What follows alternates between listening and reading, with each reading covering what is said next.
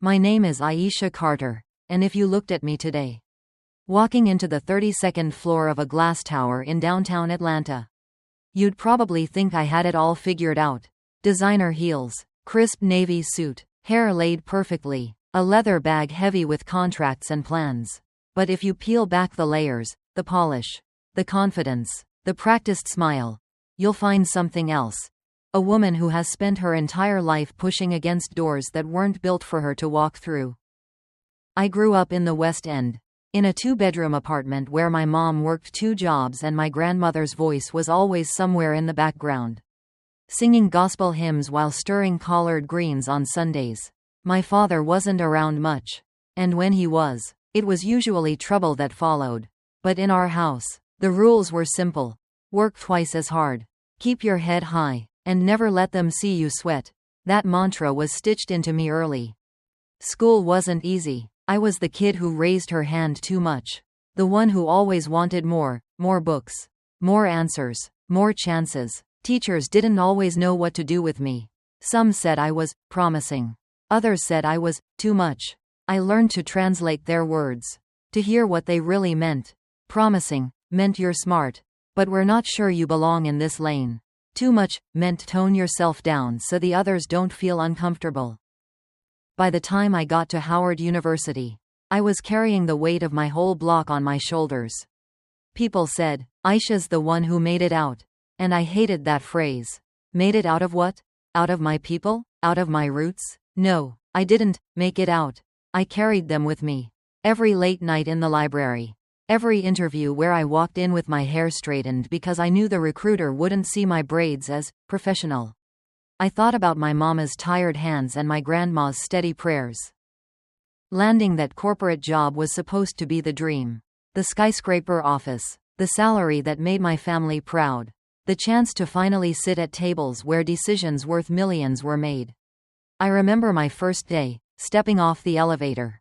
Heart pounding. Taking in the rows of glass-walled offices and people speaking in clipped, practiced tones. Everyone looked like they belonged in a glossy magazine spread. Everyone but me. Still, I played the game. I showed up early, left late. I learned how to read the room. How to laugh at jokes that weren't funny. How to keep my voice even when someone mispronounced my name in a meeting. I delivered, over and over again. Projects finished ahead of schedule. Clients impressed. Revenue numbers climbing. And every time, I thought, this will be the moment. This is when they'll finally see me. But here's the thing about being a black woman in corporate America.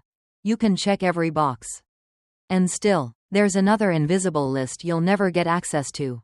I watched promotions pass me by, landing in the laps of people with less experience, less skill, but with the right last names, the right golf buddies, the right look. I listened as colleagues complimented me with that thin smile, saying, "You're so articulate," as if it were a surprise. I caught the whispers about my hair when I wore it natural. The side eyes when I spoke up too firmly in meetings. At first, I told myself it didn't matter. I told myself to keep grinding, keep pushing, keep proving, but deep down, a seed of doubt was growing. Not doubt in myself.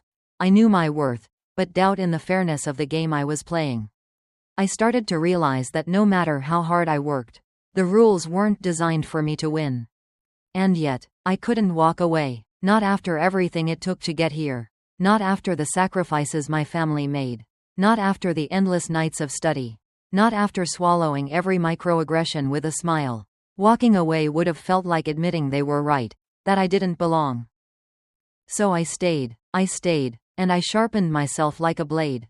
I watched, I learned, I became the person who knew where every file was buried, who had receipts for every deal, who could connect the dots others didn't even see. And slowly, the thought began to form in my mind, if the game isn't built for me to win, maybe it's time to change the game. I didn't know it yet, but that thought, the quiet, burning refusal to play by their rules, was the beginning of everything that came after. The beginning of my revenge. When I first stepped into Hamilton and Price Consulting, I thought I had finally crossed the finish line. The lobby smelled like money, polished marble, fresh flowers delivered every morning, and a receptionist with a voice like she'd been trained in a Broadway choir. They handed me a keycard that unlocked doors I never imagined I'd walk through. My mama cried that night when I called her, and my grandmother hummed a hymn over the phone, saying, "Baby, the Lord done opened a door for you." But here's the truth nobody tells you. Some doors don't swing wide open. They creak, grudgingly, just enough for you to squeeze in, then slam shut behind you so nobody else who looks like you can follow. From day one, I noticed the difference. My colleagues traded ski trip stories and Ivy League connections. I traded small talk about church potlucks and my little brother's basketball games. They laughed at references I didn't get, then looked at me like I was the one out of place. Meetings weren't just meetings, they were performances. Who spoke the loudest? Who dressed the sharpest? Who had the confidence of someone who never once questioned if they belonged? I learned fast. I studied the way they spoke, how they framed their ideas, how they dropped buzzwords like currency. I adjusted my tone, my pace, even my smile. Some folks call it code switching. To me, it felt like armor. Every morning I put it on, suit pressed, hair smooth, voice modulated, then I stepped onto that corporate battlefield. And I delivered. Every project they threw at me, I crushed. Numbers didn't lie. My accounts were stronger. My clients happier. My reports sharper. Still, when bonus time rolled around, the checks in other hands were heavier. When promotion lists went up, my name was always just below the line. At first, I thought maybe patience would pay off. Maybe they just needed more time to see me. So I worked harder. I skipped family cookouts to meet deadlines. I turned down Sunday dinners to finish presentations. My grandma used to tell me, "Don't forget where you come from." But somewhere between late nights at the office and the quiet Uber rides home, I felt myself drifting. One memory still cuts deep. It was during Black History Month, of all times. I had just led a project that brought in millions for the firm. At the team celebration, my manager raised his glass and said, "We're lucky to have Aisha. She's a hard worker, always dependable." The room clapped politely, but I knew what he didn't say. He didn't call me brilliant. He didn't say visionary. He didn't call me a leader. Hard worker. The phrase they use when they can't bring themselves to call you exceptional. I swallowed the sting with a smile. But later that night, sitting alone in my apartment, I thought about my mama's tired hands, scrubbing uniforms after 12-hour shifts. She was a hard worker too. And look where it kept her. The cracks kept showing. One colleague, Jason, made a joke about my hair when I came in with braids. Another repeated my idea in a meeting, louder, and got a nod of approval from the boss. I remember staring at the polished conference table, nails digging into my palm, forcing myself not to react. Because in that room, anger wasn't allowed. Frustration wasn't professional. If I snapped, even once, I'd be the stereotype. So I played the game. I smiled. I documented every slight, every stolen idea, every email where my work was brushed aside. I kept receipts, not out of spite, at least not at first, but because I knew I'd need them one day. The irony is, clients loved me. They asked for me by name. They told my managers how I saved deals, how I brought fresh perspective, how I turned chaos into clarity. I became the face they wanted in the room when stakes were high. But inside the company, I was still the one on the outside, orbiting the circle but never breaking through. Over time, I started to see the system for what it was. Promotions weren't about performance, they were about proximity. Who grabbed drinks after work? Who played golf on weekends? Who shared stories about summer homes in Martha's Vineyard? I wasn't invited to those circles. My invites got lost in the shuffle. And every time I asked why I'd been overlooked, I got the same polished response. "You're doing great work, Aisha. Keep it up. Keep it up." As if grinding myself to exhaustion was the answer. As if proving myself, again and again, would unlock the next level. But inside, a quiet fury was growing. I thought about the women before me. The ones who pushed open these doors with even fewer resources. Less recognition, more hostility. I thought about my community. The little girls who might see me and believe they could be here too. And I realized something. Surviving wasn't enough. Existing quietly wasn't enough. If I was going to stay in this world, I had to do more than adapt. I had to be strategic, smart, patient. I couldn't just work harder. I had to outthink them, outmaneuver them. So I shifted. I started to watch differently. I paid attention to who really pulled the strings, who whispered in whose ear before decisions were made. I mapped out the office politics like a chessboard. Every move mattered, every smile, every nod, every email copied to the right person. And slowly, I became dangerous. Not loud, not reckless, but dangerous. Because I wasn't just surviving anymore. I was studying, preparing, waiting for the moment when their underestimation of me would become my greatest weapon. I didn't know it yet, but the path I chose, the quiet collecting of receipts, the strategic patience, the decision to turn every insult into fuel, was the start of something bigger. My story wasn't just about climbing a ladder they kept pulling away. It was about building my own, rung by rung, until one day I could use it to rise above them, or pull them down. And believe me, that day was coming. I remember the exact moment the shift happened. It wasn't loud or dramatic. No slammed doors, no screaming matches, just a quiet clarity, the kind that comes when you finally stop asking for permission and start planning your own way forward. It was a Tuesday morning. The kind where the Atlanta sky looked heavy with rain, and the office air smelled faintly of burnt coffee. I walked past the cubicles, heels clicking against polished floors, and caught sight of another email in my inbox. Another, congratulations, thread celebrating a promotion that wasn't mine. This time, it was Michael, fresh out of grad school, barely 3 years at the company. And suddenly he was Associate Director of Strategy. I'd been running circles around Michael for years, rewriting his reports, fixing his presentations, teaching him how to not embarrass himself in client meetings. Yet here he was, smiling in that new title, shaking hands with the partners like he'd earned it.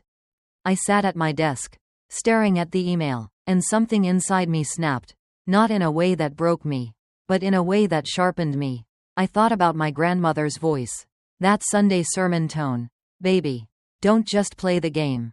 Learn how it's rigged, and once you see it, you decide if you're gonna keep playing or if you're gonna flip the board. That was the moment I decided I wasn't going to keep playing by their rules. The first step wasn't revenge. It was observation. You can't strike if you don't know the terrain. So I began to watch. Not casually, surgically. I tracked who talked to whom after meetings, which emails got answered fastest, whose ideas were repeated in conference rooms and suddenly taken seriously. I noticed that the real power didn't sit at the long mahogany table during weekly briefings.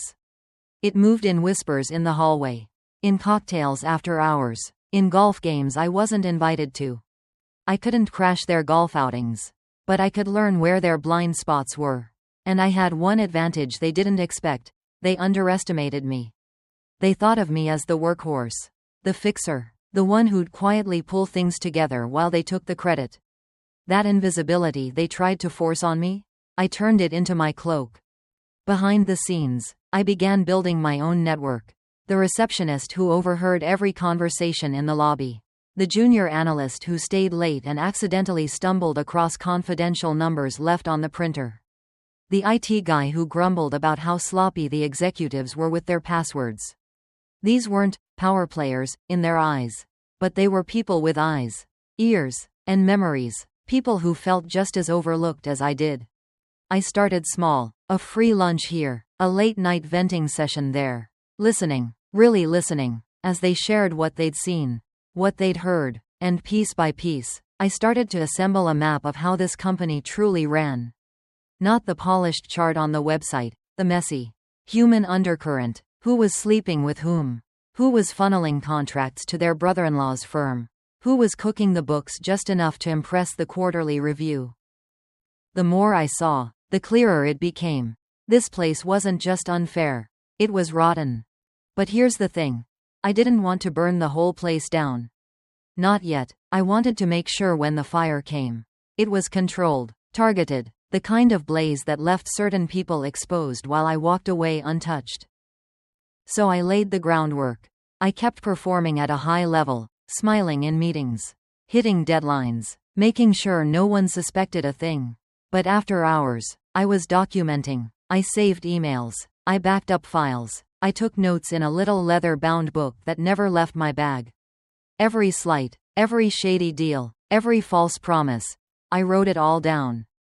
There were nights I'd sit at my kitchen table, the hum of the fridge in the background, and spread those notes out like a detective piecing together a case. And in a way, that's exactly what I was doing. This wasn't just survival anymore. This was strategy. I thought about my community back home, about the people who told me to make it, so they could see it was possible.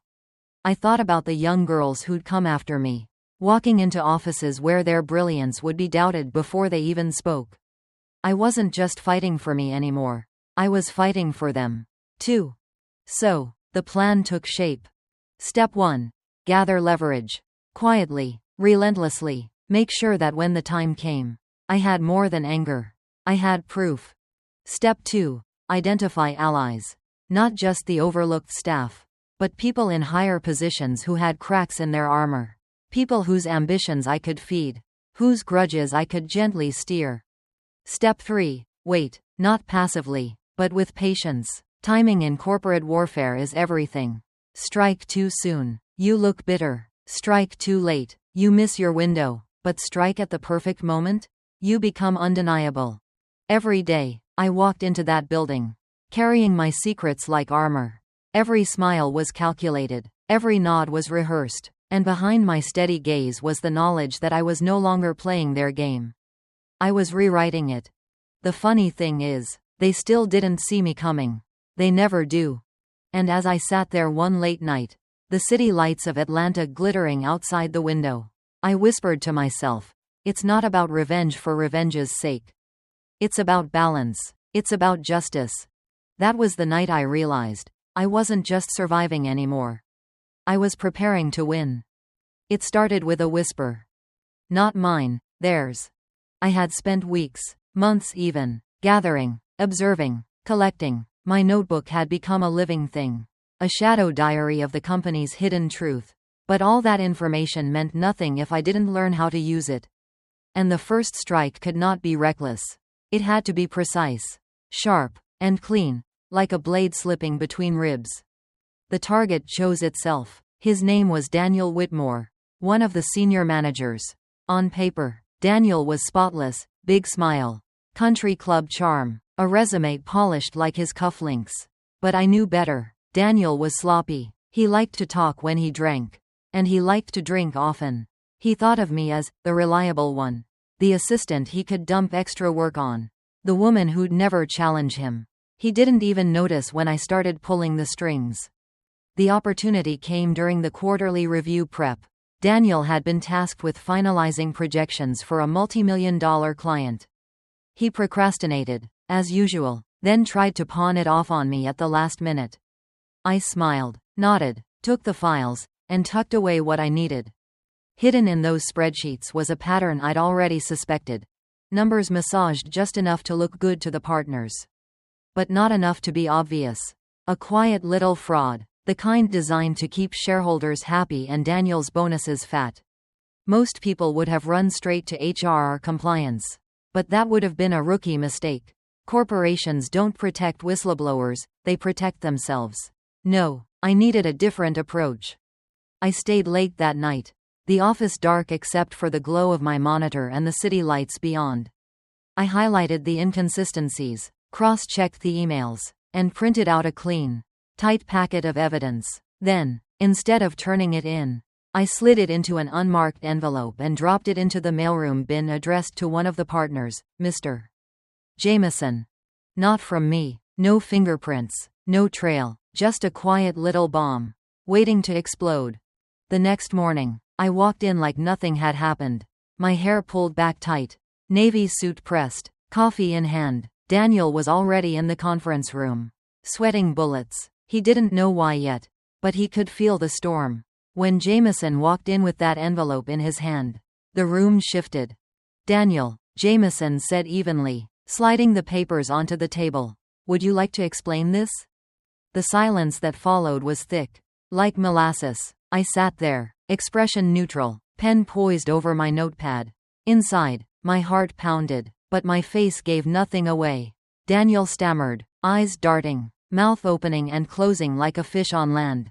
The partners exchanged glances. Murmurs rippled across the table. By the end of that week, Daniel was on leave. They dressed it up with polite language, personal reasons. Time to regroup, but everyone knew. His reputation was fractured, his authority gone. And me? I was invisible, exactly where I needed to be. It wasn't just about taking Daniel down. It was about sending a message, to myself. Proof that I wasn't powerless. Proof that I could play this game on my terms. That night, I drove home with the windows down. The humid Georgia air wrapping around me. I turned up the radio. An old Mary J. Blige track that made me feel like I could breathe again. The beat thumped in my chest. And for the first time in months, I smiled. But I also knew better. One strike wasn't victory. It was just the opening move. Corporate battles aren't won with a single blow. They're won with persistence. With strategy. With knowing when to hit and when to wait. I sat in my kitchen, sipping tea, flipping through my notebook. Daniel's name now had a neat red X across it. But there were more names. More patterns. More secrets waiting to be turned into weapons. And I thought of my grandmother again. Baby, the first swing ain't the fight. It's just letting them know you showed up. Well, I had shown up, and this was only the beginning. The ripple effects were immediate.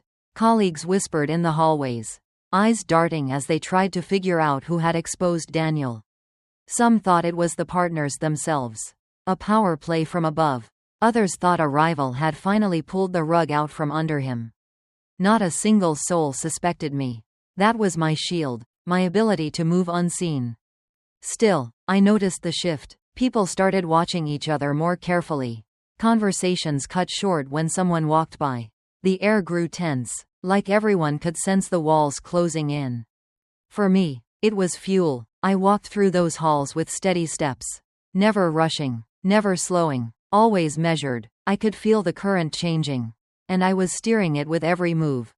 One night, as I was packing up, the janitor, Mr. Lewis, caught my eye. He'd been there longer than most of the executives. Moving quietly, pushing his cart, seeing everything. Funny thing, he said, voice low, how the mighty fall when somebody finally tells the truth. I looked at him, and for a moment, I wondered if he knew. But he just gave me a small nod, like a man who understood the rhythm of power, even if he wasn't invited to play the game. Driving home, I thought about that nod. It reminded me why I was doing this, not just for myself, but for everyone who'd ever been told to be quiet, to take less, to accept scraps while others feasted. My community taught me resilience, taught me patience, taught me how to make a way out of no way. And now, I was bringing that same fire into these glass towers. This was more than revenge. This was reclamation. And the first strike was only a taste of what was coming. The fall of Daniel Whitmore was just the opening note in a symphony I had been composing quietly for months. And like any good melody, once the first chord struck, the tension only grew. The glass walls of our corporate tower gleamed brighter than ever. But behind them, shadows lengthened, people whispered, people watched, and the war began. At first, the partners tried to treat Daniel's exit like a contained fire. Unfortunate oversight, they said in hushed meetings. An isolated incident, but anyone who had been in that building long enough knew better. This wasn't isolated, it was a crack in the facade. And when one crack appears, the whole structure trembles. I made sure it trembled. The company thrived on control, images polished, reputations managed, everything in its perfect place. But I knew that underneath, chaos thrummed like a hidden drumbeat. My job was to amplify it. I started with small moves. Forgotten email here. Misplaced file there. Nothing traceable, just enough to delay, to frustrate, to make people second-guess each other. Meanwhile, I fed tiny truths into the rumor mill. Things I knew from my network of overlooked allies. Who had fumbled a client call? Who was padding their expense reports? Who had been seen slipping out of the office late at night with someone they shouldn't? In corporate America, perception is power, and perception can be manipulated. The office became a pressure cooker. I could feel it every morning when I stepped off the elevator, the stiff smiles, the darting eyes, the clipped tones in meetings. Everyone wondered who would be next. And everyone wondered who had thrown the first stone at Daniel. That paranoia was my playground. But paranoia alone wasn't enough. I needed to strike again, louder this time. The opportunity came with a client pitch worth millions. The board was watching closely. The pressure was enormous, and the task fell to Melissa Grant, a director who had built her career on charm and connections rather than substance. Melissa was polished, perfect hair and designer suits. The kind of woman who could talk for an hour without saying anything at all. I knew she hadn't done the work. I also knew exactly where the gaps were. Weeks earlier, I'd accidentally been copied on her draft documents. Instead of deleting them, I studied them, memorized them, prepared myself. On pitch day, the entire floor buzzed like a hive. Melissa strutted into the conference room. Heels clicking, voice bright, she clicked through her slides. Words flowing like honey, but honey can't cover cracks forever. Halfway through, one of the partners asked a technical question. Simple, really, if you'd done the prep. Melissa froze, for a fraction of a second. Her smile faltered, she glanced down at her notes. Flipped a page, then stammered. Silence, the kind that kills careers. That was my moment. Calmly, I leaned forward, flipping through the folder I had prepared. If I may, I said, my tone respectful, deferential even. I answered the question clean, concise, airtight. The relief on the partners' faces was immediate. The relief on Melissa's? Temporary, because they weren't looking at her anymore. They were looking at me. That moment didn't just save the pitch. It shifted the spotlight. And in this game, spotlight is currency. Melissa knew it. I saw it in her eyes afterward. The fury barely masked behind her smile. She pulled me aside later. Voice sharp. Don't you ever undercut me again. I met her gaze. Steady. I wasn't undercutting. I was saving the pitch. That was the truth, but it was also the knife. Because everyone else in that room saw it differently. They saw who had cracked under pressure. And who had stepped up. By the end of the week, whispers swirled. Melissa was losing grip. Her team was restless. Clients wanted me in the room. Not just her. She hadn't fallen yet, but the ground beneath her was shifting. This was escalation, not a quiet strike in the dark, but a visible fracture, one the whole office could feel. At night, I would drive home through the Atlanta streets. Headlights glinting off murals that told the stories of our people, pain, resilience, triumph. I thought about those murals often. Corporate America wanted me to forget where I came from. To trade my roots for glass towers and empty smiles. But I carried my community with me like armor. Every move I made wasn't just for me. It was for everyone who had ever been told to sit down. Be quiet, be grateful for scraps. In those moments, I remembered cookouts in my aunt's backyard. The smell of ribs on the grill. Cousins laughing. Old heads arguing about politics and sports. That was where I came from. Real voices. Real struggle. Real love. And it fueled me to keep pushing. Keep strategizing. Keep fighting. Because this war behind glass walls? It wasn't just mine. Of course, escalation had consequences. Tension breeds suspicion. And suspicion breeds enemies. Melissa wasn't going down without a fight. She started pulling her allies closer. Whispering in corners. Trying to paint me as ambitious. Aggressive. Hard to work with. I heard the words. I felt the shift in certain glances. And I knew exactly what was happening. But here's the thing.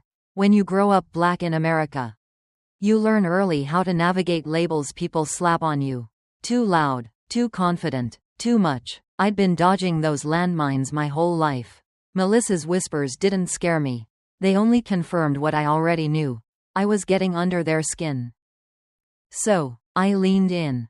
I doubled down on my work. Impeccable. Undeniable. I made sure my numbers were airtight. My reports flawless. My presentations sharp. Every time Melissa tried to spin a story, I gave them facts. Every time she tried to dim my light, I made it shine brighter. And behind the scenes, I kept gathering more notes, more receipts, more proof. The war behind glass walls was no longer silent. It was visible now. cracks spreading across the pristine facade of the company. People were choosing sides, some quietly aligned with me, seeing strength where they'd once seen silence. Others clung to the old guard, desperate to maintain the status quo. But everyone knew one thing: the balance of power was shifting. And I was the one tilting the scale. This wasn't just revenge anymore. This was revolution, fought not with fists or fire, but with precision, patience, and the refusal to stay invisible. The war had begun, and I was ready for every battle yet to come. I knew the storm would come. Every move I made against them had been sharp, precise, too precise to go unnoticed. The glass walls of that office weren't just transparent in design, they were mirrors, reflecting back every action, magnifying every whisper. And now, the whispers had turned into stares. Cold, calculating. The counterattack didn't start with an email or a meeting, it started with silence. That thick, suffocating silence that follows you when you walk into the break room. The kind of silence that tells you, "We see you, we're watching." By Tuesday morning, the strikes were no longer subtle. My inbox lit up with sudden, performance concerns. Reports I'd never seen before. Numbers that didn't add up. They were fabricating cracks in my record, as if to build a paper trail against me. HR summoned me to a routine check-in. But I knew better. Nothing about it was routine. I sat across from Denise, the our representative who always wore her loyalty on her sleeve. A loyalty not to the employees, but to the higher-ups. Her smile was practiced, polished, the kind of smile that said, "I'll gut you with paperwork. But I'll do it politely." "Aisha," she began, voice sweet as honey but sharp underneath. "There have been some concerns raised about your recent conduct. The leadership team feels you've become confrontational, less of a team player." I almost laughed. Less of a team player? That was corporate code for, "You stopped staying quiet." That was the label they used to clip the wings of anyone who dared to stand tall. But I didn't give her the satisfaction of rattling me. I leaned back, folded my arms, and let her talk. Years in this game had taught me, when they come at you, don't swing wild. Study the blow, measure its angle, then strike back cleaner. The war had shifted. They didn't just want me silenced, they wanted me erased. By Thursday, rumors started floating around. Colleagues I used to eat lunch with avoided me like I carried a disease. The whispers weren't about my performance anymore, they were about my character. They painted me as angry, unstable, hard to work with. It was the oldest trick in the book. When you're a black woman in corporate America, all they need is one narrative: the angry black professional who couldn't handle the pressure. They push it, feed it, and suddenly the walls you spent years building start to crack. But they underestimated me. I'd been raised on resilience. My grandmother used to say, "Baby, don't ever let them write your story for you.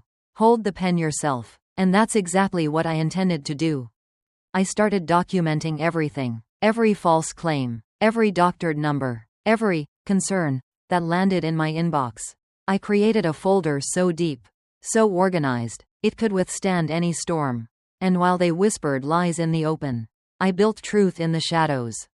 But I didn't stop there. I turned to the community, my community. Black professionals who had been through the same fire before me. We met for coffee, exchanged war stories, and they handed me blueprints: how to maneuver HR traps, how to anticipate the boardroom ambush, how to weaponize silence when needed. Their stories weren't just guidance, they were armor. By the end of the month, their counterattack hit full swing. They pulled me from a major project I had built from scratch, assigning it to someone less experienced but more compliant. That was the strike meant to crush my spirit, to strip me of influence. I could almost hear them saying, "Let's see how you survive without your crown jewel." But they forgot something. You can take the project from the person, but you can't take the person from the project. My fingerprints were on every piece of it, every document, every strategy. They couldn't run it without me. Not properly. So I waited. I let them stumble. And stumble they did. Deadlines were missed. Clients grew restless. The replacement couldn't manage the fire I had tamed. By the second missed deadline, executives started asking questions. Why isn't this working? And that's when I struck. Not with rage. Not with noise. But with precision. I slid into the conversations casually. Like I wasn't watching all along. If you'd like, I can help smooth this over. I know the client well. I positioned myself not as the victim but as the solution. It was chess, not checkers, and while they tried to corner me, I turned their moves into openings. Still, the pressure weighed heavy. There were nights I came home and sat in the dark, hands trembling, wondering if the fight was worth it. The war behind those glass walls wasn't just about a job, it was about dignity. About proving that I wouldn't bend to their narrative. I'd hear echoes of my father's words, "Baby." Sometimes survival in their house means building your own foundation while you stand on theirs. He was right, this wasn't just survival, it was strategy. Their counterattack was fierce, but it revealed something critical: fear. They wouldn't strike back so hard unless they felt threatened. And that fear told me one thing. I was closer to shaking their empire than I'd realized. So I stayed sharp, collected. Every day I walked back into that office with my head high, knowing that each counterpunch they threw only set the stage for my knockout. And deep down, I could feel it. The war wasn't just mine anymore. I was carrying the weight of every whispered story in the break rooms. Every silenced voice that came before me. Their counterattack had begun. But so had my reckoning. It started with a calendar invite. A bland little box on my screen titled, "Performance Review, Mandatory." But I knew better. This wasn't a review, it was an ambush. That morning, the building felt colder than usual. Even the glass walls, gleaming in the sunlight, seemed sharper, like blades waiting to cut. I walked in with my head high. But my chest was tight. I'd been preparing for weeks.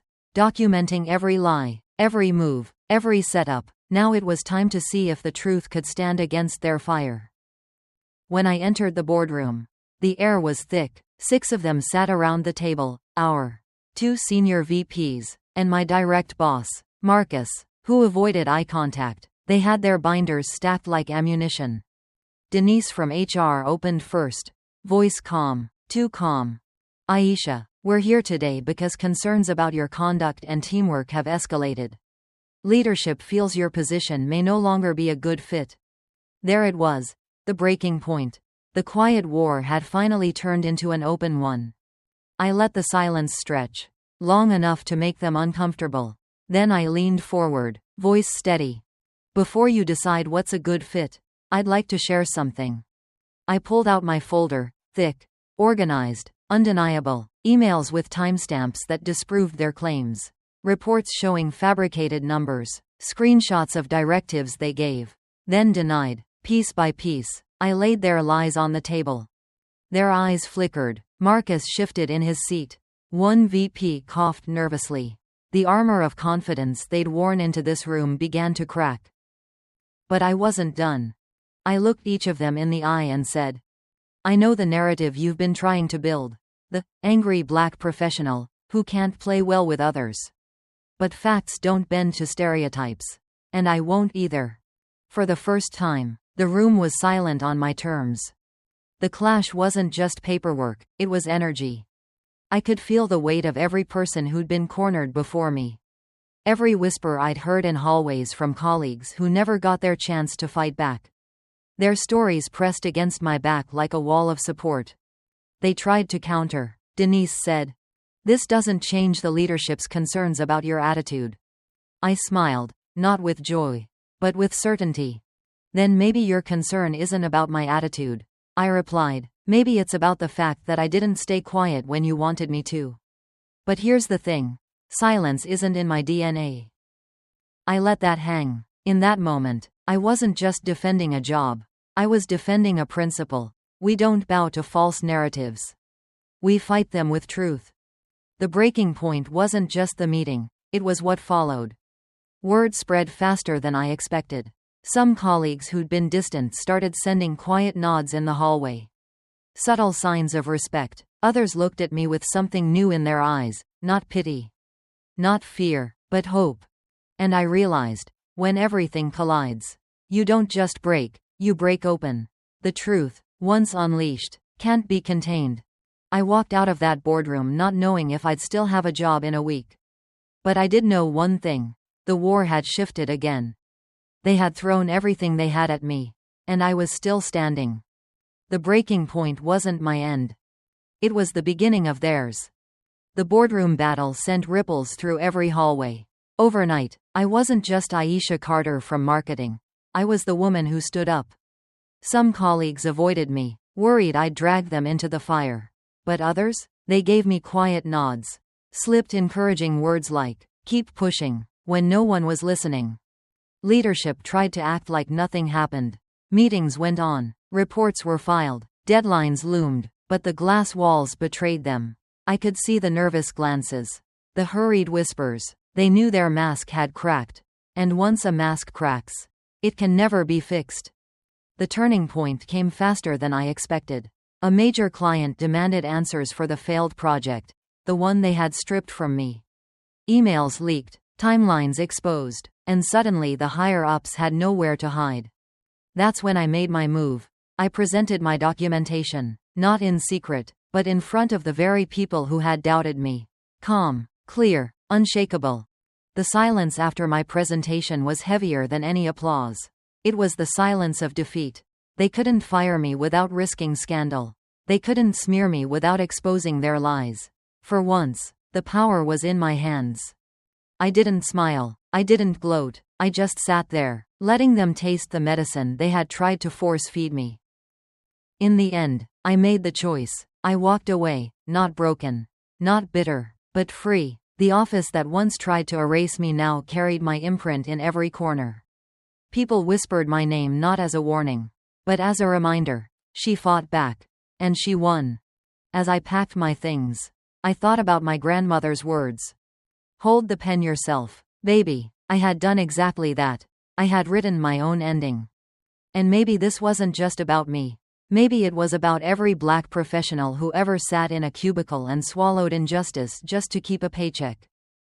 I walked out of those glass walls with my head high, knowing one truth. They tried to break me. But I became the storm. Life in the boardroom isn't just about numbers, charts, or quarterly targets. It's about knowing your worth and standing firm when others try to diminish it. Aisha Carter's journey shows us that strategic patience beats impulsive reaction. Waiting, observing, and understanding the battlefield can turn a moment of humiliation into a moment of triumph. Knowledge is power, but so is culture and community. Drawing on shared experiences, understanding unspoken codes, and trusting allies who know your history can shift the tide in subtle but unstoppable ways. Resilience isn't just surviving, it's reclaiming your narrative. Black professionals face unique pressures. But every act of courage, every step of skillful negotiation, strengthens not only your career but your legacy. At its core, Aisha Carter's story reminds us that success is sweeter when it's earned on your own terms, and that sometimes the quietest moves carry the loudest impact. CTA. Call to action. If Aisha's story resonates with you, share your thoughts in the comments. Have you ever had to stand your ground at work? Let's talk about it. Like and share this video to inspire others in your community who are navigating corporate challenges. Subscribe for more stories of resilience, strategy, and triumph in the workplace, because one day, someone might try to take what's yours, and you'll want to be ready. Remember, your name, your work, and your story are too important to be written by anyone else.